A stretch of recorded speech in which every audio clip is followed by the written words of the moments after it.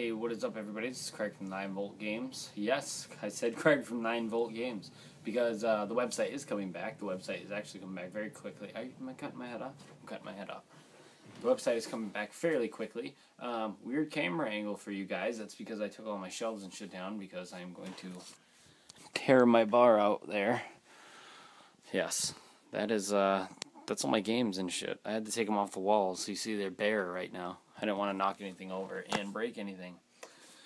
This update is just a really quick update that I'm going to put on the front page of the website, which is still a countdown timer. It's actually at 28 days right now. Here's how it's going to go. So you guys watch the video, you're like, Craig, you just did this crazy video about how your website's going to be gone. It is going to be gone. The old website is completely gone. The only thing that remains now is just reviews and some trailers for games that haven't come out yet. Everything else has been completely wiped. So here's the short and skinny of it. I'm going to do web shows. I actually, I have friends, you might, that just sounded funny. I have friends. No. I have friends that if you come to the website you've seen before. I'm friends with someone who's contracted through IGN. Which I can't talk about them that much because I fucking hate IGN. But I have friends you might know, Killscreen. They do a TV show. It's something hard getting my words out right now. they do a show on the web, a web show about, you know, they try betas of games. It's two girls and a guy. They're from overseas. And I really like it. It actually reminds me a lot of what me and Dan did with Pod 9, except it's from another country.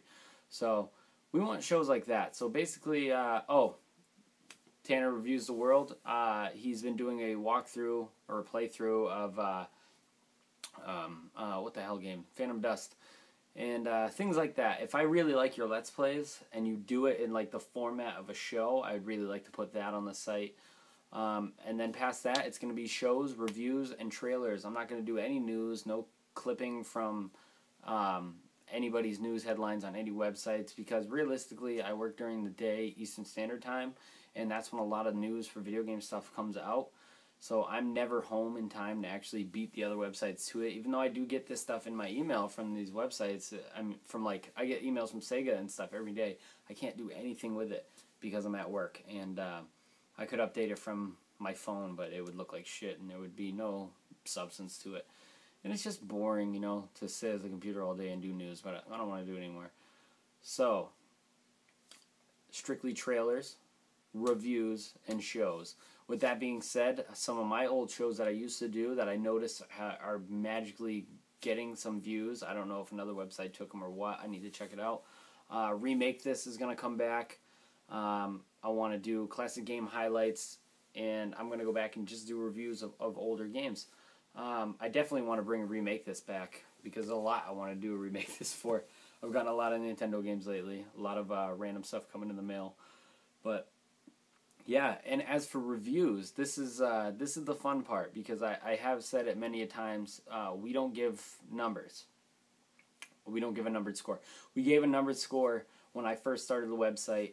And then I said, you know what, we're not fucking Caesar, we don't need to do a numbered score, we're not ever going to get on Metacritic, I don't like them, I've expressed multiple times I don't like them, and I know for a fact that they don't like me, because I've tried to contact them before, and they don't like me. So, anyways, that being said, I stole their rating system. It's going to be a rating system like theirs.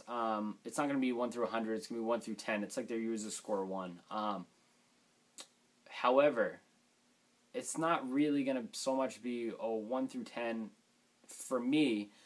I want to do community reviews, and I want you guys' input, and I know that some of you guys give numbers. I'm not going to knock you for that. Whatever way you feel like you need to review a game, do it. The only numbered system I hate is Metacritic, just because of the way that they combine the scores.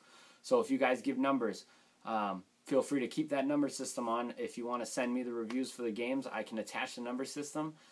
It will also say, like right when you click on the image of the game, it will say the best point of the game, the worst point of the game, if you should buy it, rent it, or just wait for a price drop, and then it will give you the number. It will also give you all the publisher details and stuff of the game too. I'm going to try and go back and do as many older games as I can. And here's the important one. Here's what I want to do. And if you're doing community reviews, I suggest you do the same, just because I know that this is actually someone that some other website owner that I was really cool with. And I actually met them at PAX 2 years ago. They were real dicks to me for some reason, like 6 months ago. And I ended up dropping them off my site as like friends. And their site crumbled, thank God. So I'm going to take something that they did, and I'm going to make it my own now. I want to do a review. I want to review a game, and then like 6 months later, 3 to 6 months later, I want to go back and I want to re-review that same game to see how I feel about it. Because even me, and obviously other websites do this, get caught up in the hype of a game being released, and they might give it a higher score than normal. Since I'm going to do numbers, well, I won't do numbers, but since there will be numbers on the site, I want to see people go back 3 months later and see if that game that they gave a 10 to is really a 10 3 months later. Do you know what I'm saying? I actually did that with a couple games back in the beginning of the site when I gave numbers, and then I found out they were doing it, and I didn't want to bite their style. So I did that with Splatterhouse. I ended up going back and giving Splatterhouse a higher score than I initially gave it, because people's negative hype made me give it a 7, and when I re-reviewed it, I actually gave it like an 8.75 because I actually enjoyed it.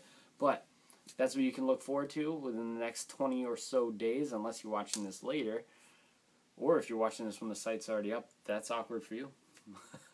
But thank you guys for watching.